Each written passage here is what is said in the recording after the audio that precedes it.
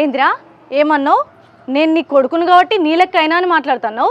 నువ్వు నిజంగా బాధ్యత గల కొడుకువే అయితే అయ్యో నా తండ్రి నా ఇద్దరు అక్కల్ని పట్టించుకుంటలేడు, నేను నా తండ్రి స్థానంలో ఉండి నా ఇద్దరు అక్కల పెళ్ళిళ్ళు చేయాలి, అందుకే నేను సంపాదించాలని నువ్వు ఎందుకు అనుకోలేదురా? మరి తండ్రి గొప్పోడైతే కొడుకు అంతకన్నా గొప్పోడు అవ్వాలనుకోవాలి, తండ్రి చెడ్డోడైతే కొడుకు కనీసం మంచోడని అవ్వాలనుకోవాలి, అంతేగాని తండ్రి చెడ్డోడు నేను అంతకన్నా చెడ్డోని అవ్వాలనుకోవడం ఏందిరా?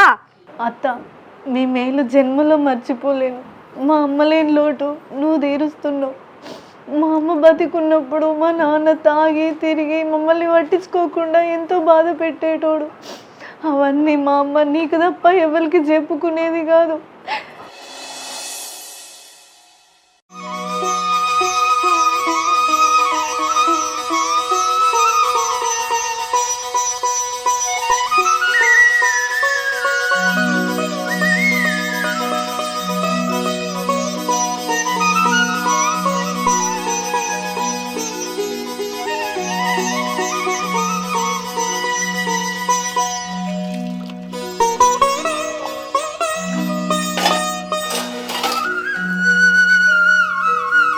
జంగమయ్య, ఓ జంగమయ్య, అగో బాబు లేడారా? ఏం తెచ్చిన బాబు, ఇంకా బయట ఉండే వెళ్తున్నావు, లోపలికి రా. ఏం లేదురా, సుచర పెళ్లి పెట్టుకును, బాబు లేడా ఖాళీ చూడకొచ్చిన. అయ్యో బాపు లేడు కదనే, చిట్టి పైసలు ఇవ్వడానికి వేయండు, దా ఇంట్లో కూర్చుండు. అబ్బా పోవాలరా, మస్తు పనులు బాబు వచ్చినాయి కాడిచ్చేసి. అయ్యో చాయ్ కూడా తాగకుండా పోతున్నావేండి? అబ్బా పోవాలరా, మళ్ళీ వచ్చినప్పుడు తాగుతా, మస్తు పనులు ఉన్నాయి.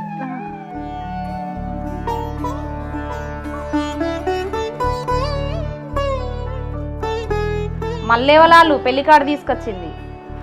కోరే చిన్నబాబు లేడానే, వాళ్ళ బిడ్డ సుచిత్ర లేదా, ఆమెదే పెళ్ళాట, ఆ చిన్నబాబు ఇచ్చిపోయిండు. సుచిత్ర అది మన ముందు చెడ్డీలు వేసుకొని తిరిగింది, ఇప్పుడు దానికి కూడా పెళ్ళి అవుతుంది. మనం ఉన్నాం 35 ఏళ్ళు వచ్చినా పెళ్ళి పెటాకులు లేకుండా. అట్లా మాట్లాడితేవేందే, పెళ్ళి అయ్యే టైంకి అవుతుంది, మనం అనుకున్న టైంకి అవుతుందా? పెళ్ళి టైంని బట్టి కాదు, పైసలను బట్టి అవుతుంది. అవే పైసలు మన దగ్గర ఉండుంటే 18 సంవత్సరాలకే పెళ్లి చేసుకొని 2 పిల్లల్ని వేసుకొని తిరిగేటోళ్ళం. ఉన్నాడు కదా ఒక తండ్రి బాధ్యత లేనోడు, ఆయన వల్లనే ఇట్లా అయినాం.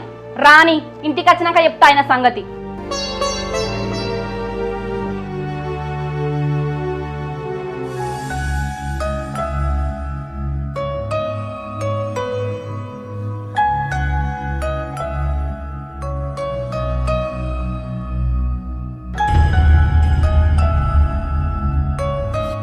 రజనీ, అమ్మ రజనీ, కొన్ని మంచిలు లే బిడ్డ. బాపు అత్తన్ననే, ఇక బాపు తా. చిట్టి పైసలు కట్టినవానే? కట్టేసిన బిడ్డ. దీన్ని పెళ్లి పత్రిక అంటారు, నువ్వు చూసుండవులే. ఎందుకంటే నీకెప్పుడు పెళ్లి పత్రికలు ప్రింటింగ్ చేసే అవకాశం రాలేదు కదా, ఇక ముందు రాదేమో. చెల్లె ఇప్పుడు ఎందుకే ఇవన్నీ? నువ్వు ఆగే, నీకేంది? నువ్వు పెళ్లి చేసుకోకుండా మీ అయ్యకు సేవలు చేసుకుంటా జీవితాంతం ఉండమన్నా ఉంటాం, కానీ నేను అట్లా ఉండలేను. నీకు 2 బిడ్డలు ఉన్నారు అన్న ఆలోచన ఉందా? వాళ్ళకు 35 ఏళ్ళు దాటినాయి, వాళ్ళకి పెళ్లిళ్ళు చేయాలన్న ఆలోచన ఉందా అసలు? ఏంది బిడ్డ గట్లనే పడుతుంది? నేను చేసే ప్రయత్నం చేస్తానేనా? ఏంది బిడ్డ గిట్లా ఉంటుంది? ప్రయత్నం చేస్తానవా నువ్వు?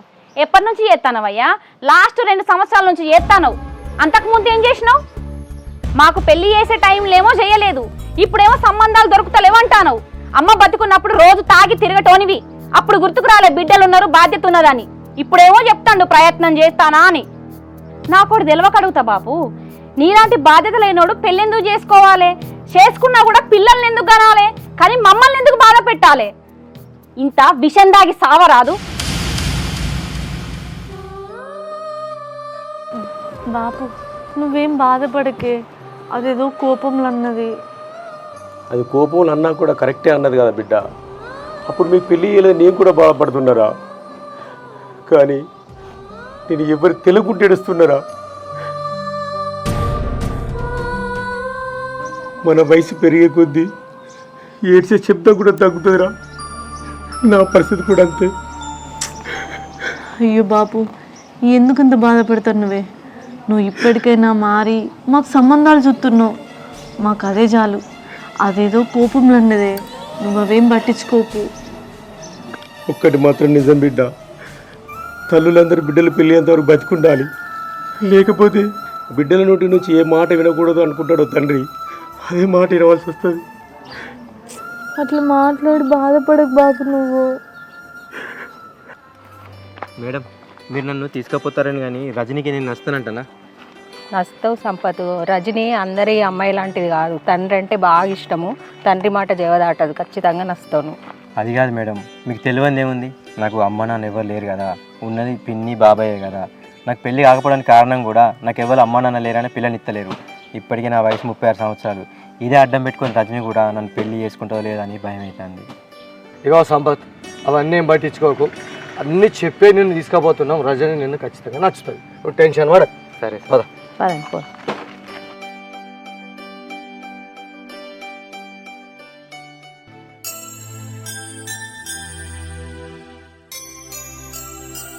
ఏంద్ర వాళ్ళు ఇంకా రాలేదు? అత్తరు తీయరాదు, ఫోన్ చేసినావు కదా, ఎందుకు టెన్షన్ పడతాను? ఒక అత్తకు ఫోన్ చేయి. అత్తక నేను చేయ, వాళ్ళే అత్తరు. నువ్వు నన్ను లేనిపోని ఇరికియకు. అన్నా ఉన్నావానే? చెల్లె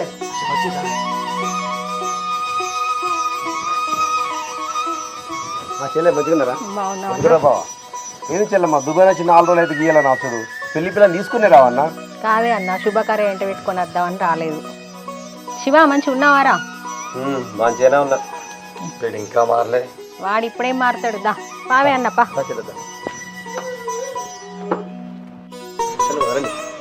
శివ అత్తమ్మ కాలకు వెళ్ళి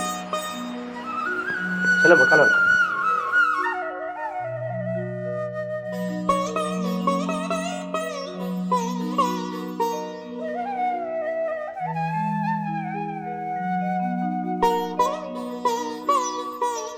ఏం పని చేస్తామా నువ్వు? ఆల్రెడీ నిన్నే ఉంటుంది. అంత పెద్ద సార్ ఉన్నావు, నీకెంతో ఒక ముందు సీమలు కూడా వేస్తట్టే ఉన్నావు. మా చెల్లె మీకు అన్నీ చెప్పే ఉంటుంది. అన్నీ చెప్పింది. మంచిదే చెల్లె. అసలు కూడలు రమ్మాట. ఎందుకంటే పిల్లలు చూసుకున్నాక ఇద్దరు నచ్చితే ఏదైనా మాట్లాడుకోవచ్చు కదా. సరే సరేనే అన్న, ముందుగా అయితే పిలిపి తర్వాత మాట్లాడుకుందాం.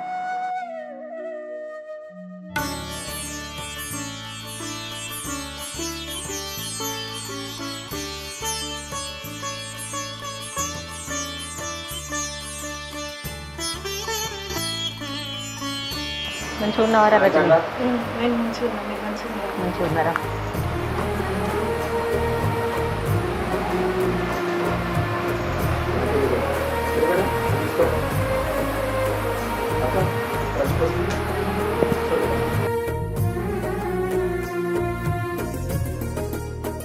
అన్న చెప్పినా కదా నేను మీకు సంపత్ అని. అయితే దుబాయ్లో మన కారు డ్రైవర్గా పనిచేస్తాండి. అయితే బావ ఉన్న వాళ్ళ ఫ్రెండ్స్ అందరు కలిసి బిజినెస్ పెట్టిండ్రు కదా. ఆ బిజినెస్ పనులన్నీ ఏమున్నా సంపత చూసుకుంటాడే. అమ్మ నాన్న లేరు కానీ మనసు మంచిదే. ఎందుకంటే నేను దగ్గరుండి చూసినా కదా, మన రజనీని మంచిగా చూసుకుంటాడు. మంచిది చెల్లె. అయితే ఒక చిన్న ముచ్చట అడగచ్చా? అయ్యో అడుగుండ్రి, దాంట్లో ఏముంది? అయితే మీ బిడ్డలకు ఇంత వయసు వచ్చింది కదా, ఎందుకు పెళ్లి చేయలేదు? నా పిల్లలు మంచివాళ్ళే అమ్మా, నేనే మంచి తండ్రి కాదు, అందుకే ఇట్లా జరిగింది. అదంతా ఎందుకు చెప్తాను? అమ్మ బతుకున్నప్పుడు తాగి తిరిగినా రూపాయి వెనకేసుకోలేదు. కనీసం నా కొడుకన్నా సంపాదిస్తాడేమో అనుకున్నా, వాడు చిల్లరోడు అయిండు. ఇప్పుడు ఇది కూడా నా చెల్లె దయ వల్ల పెళ్లి చేస్తానని చెప్పచ్చు కదా. ఇన్ని రోజులు వచ్చిన సంబంధాలన్నీ ఈయన మా తండ్రి అని తెలిసే వెనకపోయారు. ఇప్పుడు మీరు చూసి చేసుకునేది కూడా మా అత్తను చూసే. ఆగే నువ్వు పిసన అయింది నీకేమన్నా? ఎట్లా పడితే అట్లా మాట్లాడుతున్నావు. దాని మాటలు ఏం పట్టించుకోకుండా మనం పెట్టుబోతుల గురించి మాట్లాడుకుందాం పట్టే అన్న. చెప్పుండ్రా మీకేం కావాలన్నా? ఏది ఇచ్చినా ప్రేమ కొద్దీ మీ బిడ్డకి ఇర్రి, నాకు మాత్రం మీ బిడ్డని ఇర్రి చాలు.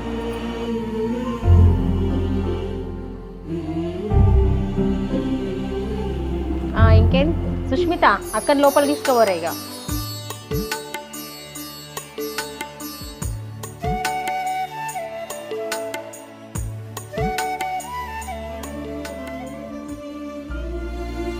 ఇక మీకు తెలియని ముచ్చట ఏంటంటే, నాకు ఇల్లు తప్ప ఏం లేదు.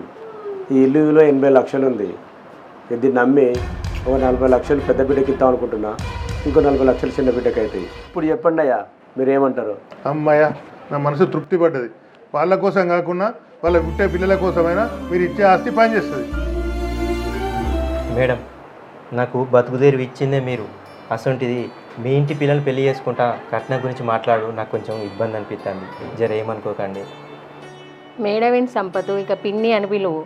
ఇక ఆలస్యం ఎందుకు అన్న, ఈ 2 రోజులలో పెళ్లి పెట్టుకుందాం, మీకేం అభ్యంతరం లేకపోతే. సరేనా? నువ్వు ఎట్లా దక్కసలే, నువ్వు ఉండగా నాకేం భయం రా. సరే అన్న, ఇక పోయేస్తా. మరి నువ్వేం రంది పెట్టుకోకు, పెళ్ళికి 2 రోజుల ముందే వస్తా, ఏ విషయం అయినా ఫోన్ చేస్తా. సరే నువ్వేం రంది పెట్టుకోక అన్న, పోయేస్తాం. ఏంది చిరి 40 లక్షలు ఇల్లు అమ్మిత్తా అని మాట ఇచ్చిండా? మరి మన సంగతి ఏంది? నేనేం సంపాదించలేదటనే, నేనేం పని చేస్తలేనట. అందుకే నాకు ఆస్తిలా చిల్లి గవ్వ కూడా ఇయ్య అంటాడు. ఏం తీయకపోవుడు? లెక్క ప్రకారం తండ్రి ఆస్తి కొడుకుకు రావాలి, మధ్యలో ఈ బిడ్డలు ఎక్కడి నుంచి వచ్చారు? అంతగానం ఉంటే 4-5 లక్షలు కట్నం ఇచ్చి పెళ్లి చేసి పంపమని చెప్పు. నేను చెప్తే ఆయన ఎందుకు ఇంటాడే? నెలకు 50-60 వేలు తెచ్చిస్తే అప్పుడు వినటోడు. నువ్వు బాలే ఉన్నావు. మరి ఇప్పుడు ఏం చేద్దాం? అందుకే నేను అప్పుడే అన్నా పెళ్లి చేసుకుందామని. నువ్వే మీ అక్కలకు పెళ్లి కావాలి, ఆ తర్వాత నేను చేసుకుంటా అని అన్నావు. ఓ మెంటల్ దానా, నేను అట్లా ఎందుకన్నా అంటే వాళ్ళిద్దరు పెళ్లి చేసుకొని పోయినాక ఆ ఇల్లు మనకే ఎత్తది అనుకున్నా. కానీ ఆయన ఆ ఇల్లు అమ్మి ఇప్పుడు పెళ్లి చేస్తాడని నాకేం తెలిసే. ఇప్పుడు ఏం చేయాలో అర్థమవుతలే నాకు. ఏం చేస్తావో ఏమో. ఇంకో 2-3 రోజులలో మీ పెద్దక్క పెళ్లి పెట్టుకున్నారు, ఇంకో 4-5 నెలల్లో మీ చిన్నక్క పెళ్లి కూడా చేసి పంపిస్తారు. అందుకే మీ పెద్దక్క పెళ్లి అయినాక 2-3 రోజులకే మనం పెళ్లి చేసుకుందాం. ఇంత 40 లక్షలన్నా మిగులుతాయి. అంటే ఏమన్నట్టే? ఏముంది, మీ పెద్దక్క ఖర్చు 40 లక్షలు పోతే పోనీ, కనీసం చిన్నక్క ఖర్చు 40 లక్షలన్నా మిగులుతాయి కదా. ఆ 40 లక్షలు మనకు రావాలంటే మీ చిన్నక్క కంటే ముందే మనమే పెళ్లి చేసుకోవాలి, లేకపోతే మనం అడక తింటాం.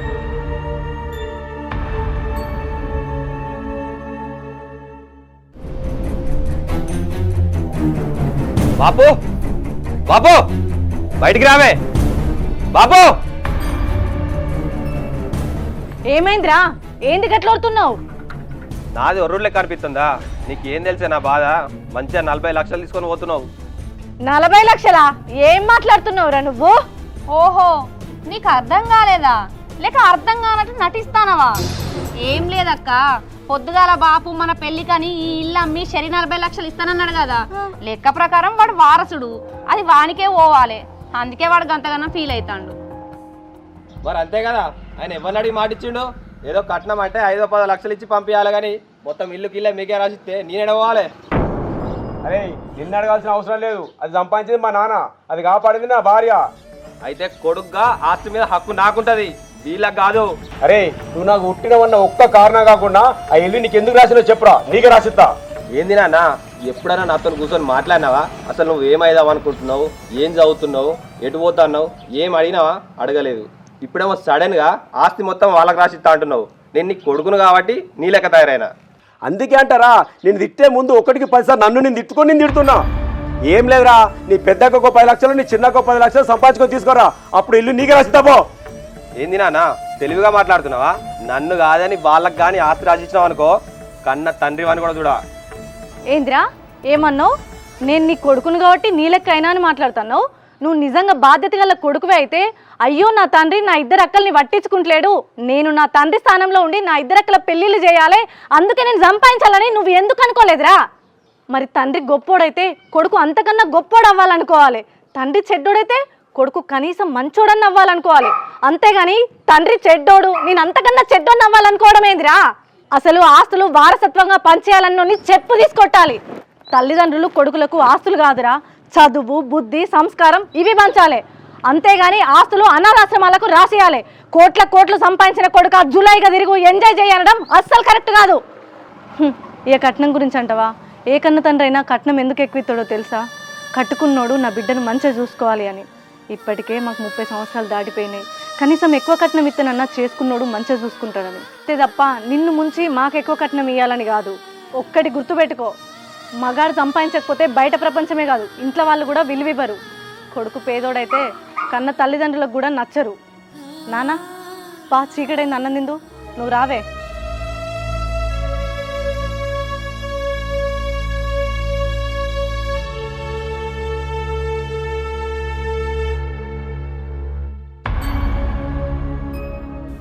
అసలు ఏం మనిషి నువ్వు? కోపం రాగానే పోయి నా ఆస్తి నాకు రాసి ఇవ్వమని అంటే ఇస్తారా? అస్సలు ఇయ్యరు, ఎందుకంటే తప్పు మన వైపు ఉంది కాబట్టి. ఏందే తప్పుంది? ఆస్తి మా నాన్న రాసిద్దాం అనుకున్నా కానీ మా పెద్దక్క రాయనిచ్చట్లేదు. ఎందుకు మీ చిన్నక్క అడుగుతలేదా? ఎప్పుడు చూడు పెద్దక్క అడుగుతుంది అని అంటావు. మీ చిన్నక్క మంచిదా ఏంది? ఏమోనే, చిన్నక్క ఇప్పటి వరకు నాతోని ఆస్తి గురించి ఎప్పుడు గొడవ పెట్టుకోలేదు. ఎప్పుడు ఆస్తి విషయం వచ్చినా పెద్దక్కనే లొలి పెట్టుకునేది. అయినా చిన్నక్క పెళ్ళి ఇప్పట్లో అయ్యేటట్లేదు, అసలు అవుతుందా కూడా గ్యారెంటీ లేదు. అందుకే ఆమెతో పెద్ద భయం లేదు. ఏదైతేనేంది, మీ చిన్నక్క పెళ్లి గురించి మనకు అనవసరం. మీ పెద్దక్క పెళ్ళి అయినాక వారం రోజులకే మనం పెళ్లి చేసుకుందాం. ఎంత తొందర వీలైతే అంత తొందర. సరే చేసుకుందామే, కానీ మీ ఇంట్లో అయితే ఒప్పుకున్నారు కదా. మా ఇంట్లో ఎందుకు ఒప్పుకోరు? నీకేం తక్కువ అని?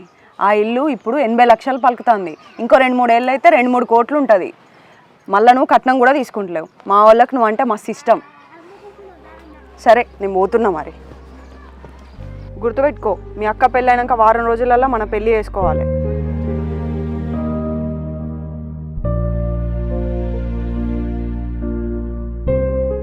చెల్లె, నీ దయ వల్ల మొట్టమొదటిసారి శుభకార్యం చేస్తున్నా.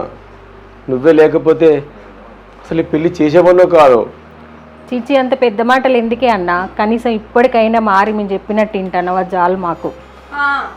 అదే చేత్తోనే నా పెళ్లి కూడా చేసిపోతా, నీకు దండం పెడతా. బాపుని నమ్ముకొని ఉంటే నేను జీవితాంతం సన్యాసి లెక్కనే మిగిలిపోయేటట్టున్నా. ఏం బాధపడకరా, ఇప్పుడే మొదలైంది శుభకార్యం.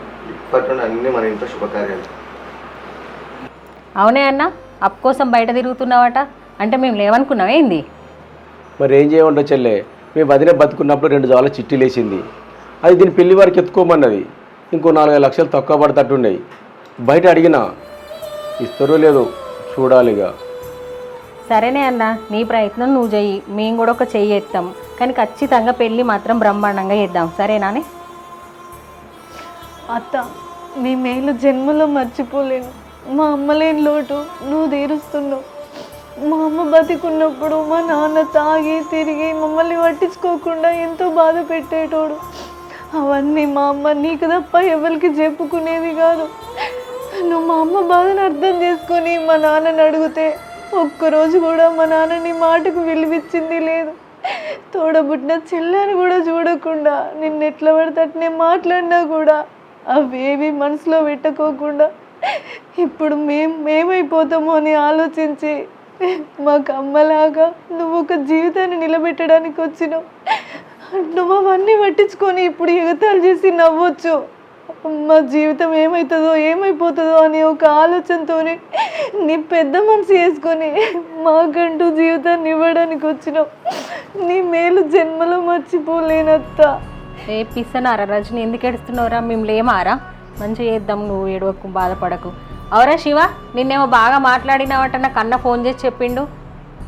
అదేం లేదత్త, ఉన్నస్తంత వాళ్ళకిస్తే రేపు నా పరిస్థితి ఏంది? అదే ముచ్చట బాబుతో చెప్పిన, దానికే పెద్దాక బాగా సీరియస్ అయింది. అగో చూసిన అత్తవాడు ఎట్లా మాట్లాడుతుండో. వీడేమో సంపాదించి పెట్టినట్టు, సంపాదించే శాత కాదు కానీ ఉన్నాస్తిగా ఉన్నట. కట్టబడ్డోడన్నా గింత ఘోరంగా మాట్లాడు. వీడు కష్టపడి నాకేదో లక్షలు కట్టం ఇచ్చినట్టు.